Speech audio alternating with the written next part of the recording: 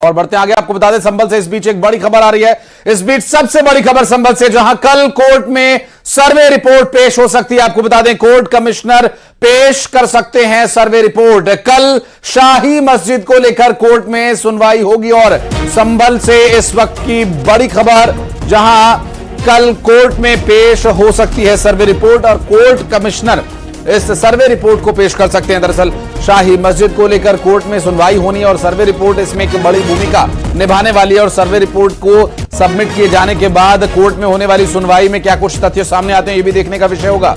संभल से इस वक्त की बड़ी खबर, उत्तर प्रदेश के संभल में, जहां पर एक मस्जिद को लेकर लगातार विवाद की स्थिति बनी हुई है और यहां पर सर्वे रिपोर्ट में क्या कुछ तथ्य सामने आते हैं, यह भी देखने का विषय होगा। कल कोर्ट में यह सर्वे रिपोर्ट पेश की जानी है। कोर्ट कमिश्नर इस रिपोर्ट को पेश कर सकते हैं।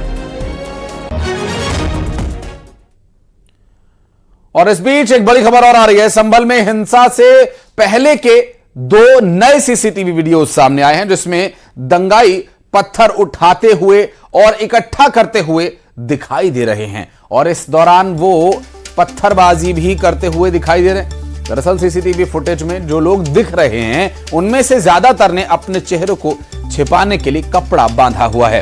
एक्सक्लूसिव सीसीटीवी फुटेज से पहले कि उनकी पूरी प्लानिंग स्पष्ट हो गई है।